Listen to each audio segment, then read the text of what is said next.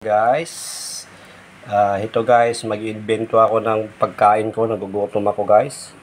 Kuan lang to guys, nag-invento lang to, lutong cham, rice, tapos hinaluan ko siya ng mango guys.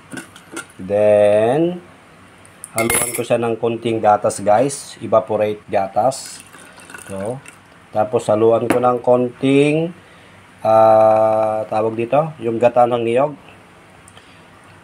coconut milk. Ito guys, yan. Haluan lang natin ng ganyan. Then, ang kalalabasan nito guys is rice mango. Try lang natin guys. Try ko lang. Then, tikman natin kung anong lasa. Tikman ko lang pala. Sarap. Lagyan ko pa ng konti. Kunting gatos pa. Kunting gatos pa. Sarap na to. Then, isalang natin guys sa... Isalang ko lang pala. Ano ka ba? Isalang ko sa rice cooker.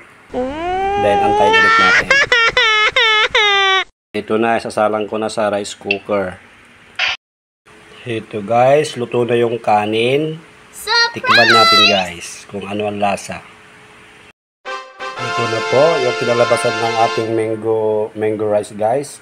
Then, haluan natin ng konti pang sa ibabaw guys para creamy siya. Coconut milk.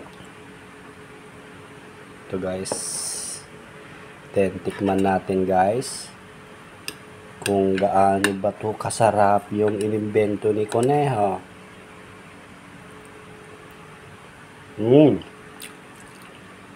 Masarap guys. Masarap.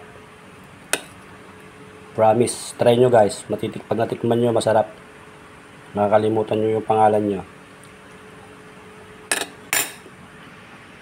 Hanggang dito na lang guys. Yung mga hindi pa po nakasubscribe sa aking channel, please subscribe sa channel ko guys, Coneo channel. Then, pakiclick na lang po yung notification bell guys para lahat ng upload ko is maka-update po kayo guys. Salamat. Thank you. Thank you very much.